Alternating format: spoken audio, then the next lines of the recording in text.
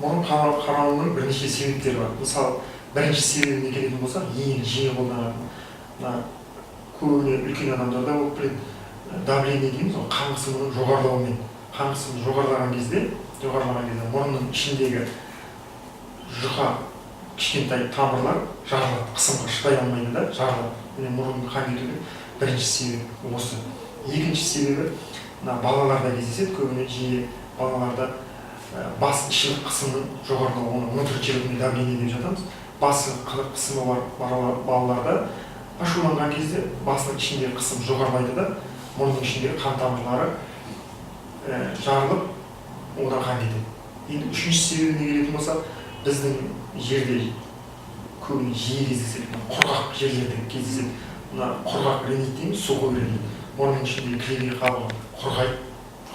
Осыған байланысты ішінде қабыршақтар пайда болады. Біздер оны қолмен механически дейді, қолмен өзіміз жарақат жасаймыз, оның орны ашылады да, осыдан ғана.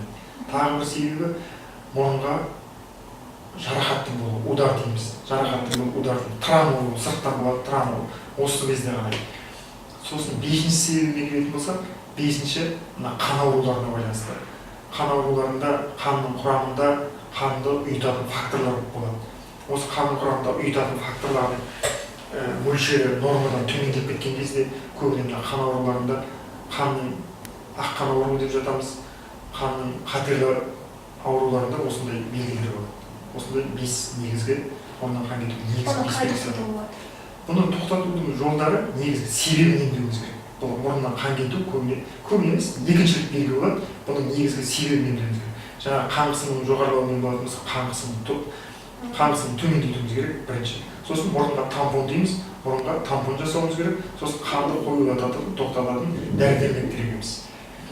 Осы арқылы себебіне байланысты көрсетеді. Мысалы, жаңағыдай сырттан жарақат болатын жағдай болса, сол жарақаттың себебін қараймыз.